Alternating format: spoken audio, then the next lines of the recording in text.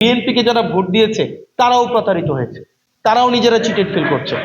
কারণ দিন শেষে তো বিএনপি রাষ্ট্র কাঠামোর বাইরে না। বিএনপির হয়তো আপনি যদি পার্টি পলিটিক্স করে কত, মানে একটা নির্দিষ্ট যদি অংশ 5% বা 10% পার্টি পলিটিক্স করে, ভোটার মানেই তো কর্মী না। যারা ভোট দিয়েছিল যে বিএনপি এসে এইগুলোর সংস্কার করবে, তারাও এখন বিট্রেড ফিল করছে। সেজন্য আমাদের এখন আবার রিঅর্গানাইজ হইতে হবে।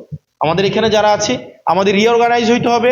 আমাদেরকে মনে রাখতে হবে শুধুমাত্র ফাইটটা সংসদের ভিতরে না, আমাদের সংসদের বাইরে, আমাদের প্রত্যেকটা জায়গা থেকে আমাদের এই যে সংস্কারের যে আকাঙ্ক্ষা, আমাদের রাষ্ট্র কাঠামোর প্রত্যেকটা ব্যক্তি, প্রত্যেকটা আমজনতা যে নাগরিক হয়ে উঠবে, সেই লড়াইটা আমাদের সেটা অব্যাহত রাখতে হবে। সেটা সংসদের ভিতরে এবং সংসদের বাইরে একইভাবে অব্যাহত রাখতে হবে।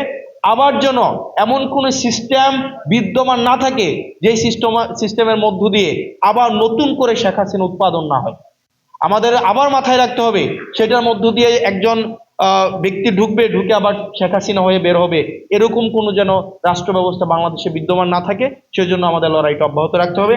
আপনারা ভালো থাকবেন, আপনারা সুস্থ থাকবেন, আপনাদের সাথে দেখা হবে। এবং আমরা যেহেতু 5ই আগস্ট জুলাইয়ের মধ্য দিয়ে আমরা এই প্রজন্ম গিয়েছি, আমরা সংস্কার অবশ্যই আনবো। আজকে না হোক আগামীকাল না হোক পরশু। এটা অবশ্যই, এটা জাতি, এটা হচ্ছে আমাদের নিয়তি, এবং এটা হচ্ছে আমাদের চূড়ান্ত, আমাদের বাংলাদেশের প্রয়োজন, বাংলাদেশের চূড়ান্ত নিয়তি হচ্ছে এই সংস্কার। আপনারা ভালো থাকবেন। আসসালামু আলাইকুম ওয়া রাহমাতুল্লাহি ওয়া বারাকাতুহু।